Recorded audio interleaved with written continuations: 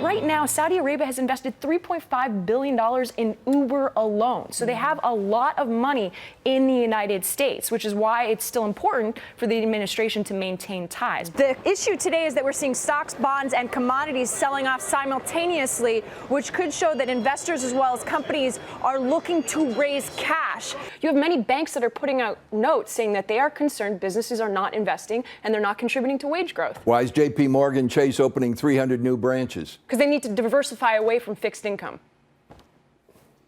Yet you have the foreign minister of China saying that they have no intention of, unseating the United States, and yet they're investing heavily in infrastructure and military. Not anymore, maybe. But what is and different maybe they this just time? say that, Kristina. What is different this time, though? The fact that you're saying it's progressing.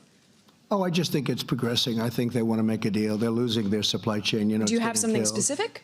Well, I don't want to say that, but I can tell you that these two men, and in this case... Live at the White House with the latest for us. Kristina. Well, the latest is we're still waiting. We've been told that, yes, the president will sign this spending deal. They've just been vague on the timing of when this will happen, but the president is set to depart behind me at 7 p.m. Eastern time to head over to Joint Base Andrews. What is happening is that you have not only the FTC, the DOJ, but now the state level and Congress. These are all different avenues that are literally scrutinizing big technology to see if they're stifling competition. You had a lot of traders rushing to get their orders in because they anticipated a circuit breaker halt, which is the 7% drop that you're seeing on your screen right now. Dow at 2,549 points. If I could just set the scene for you, what it sounds like right now. It sounds like a construction site over here in Soho, as well as up on Broadway, because everybody is putting up these wooden planks, but yet it looks like we're preparing for a hurricane as people are worried that this is going to happen again this evening. The winds are expected to hit Myrtle Beach at 2 p.m. Eastern time.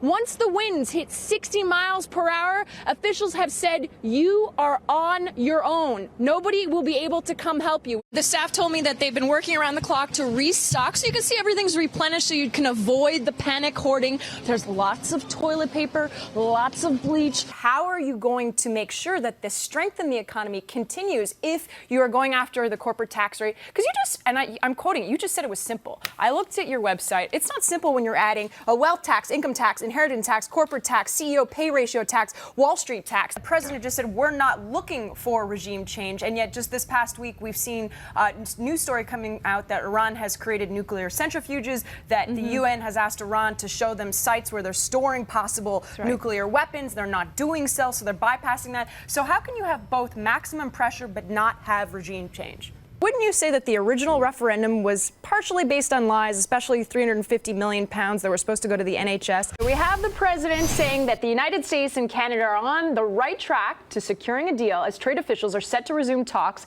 in less than an hour. So can they actually work out this deal before the Friday deadline? We have Fox Business's Edward Lawrence, who's live outside the U.S. Trade Representative's office. Look at this day. You're seeing an 800-plus point swing on the Dow. The S&P 500 is in positive just in the final minutes of trade.